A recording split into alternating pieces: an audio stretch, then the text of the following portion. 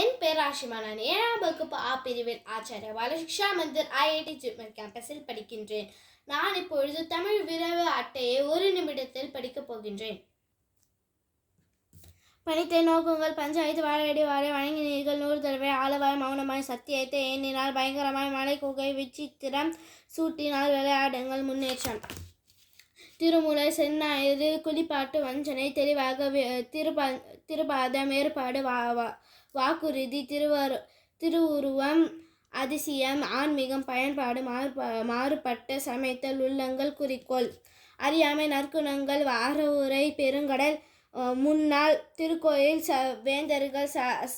வேந்தர்கள் நிர்பந்தனை திருநெல்வேலி வீர செயல் வயலைக்காரன் வியப்பாக சிற்பங்கள் இலக்கணம்.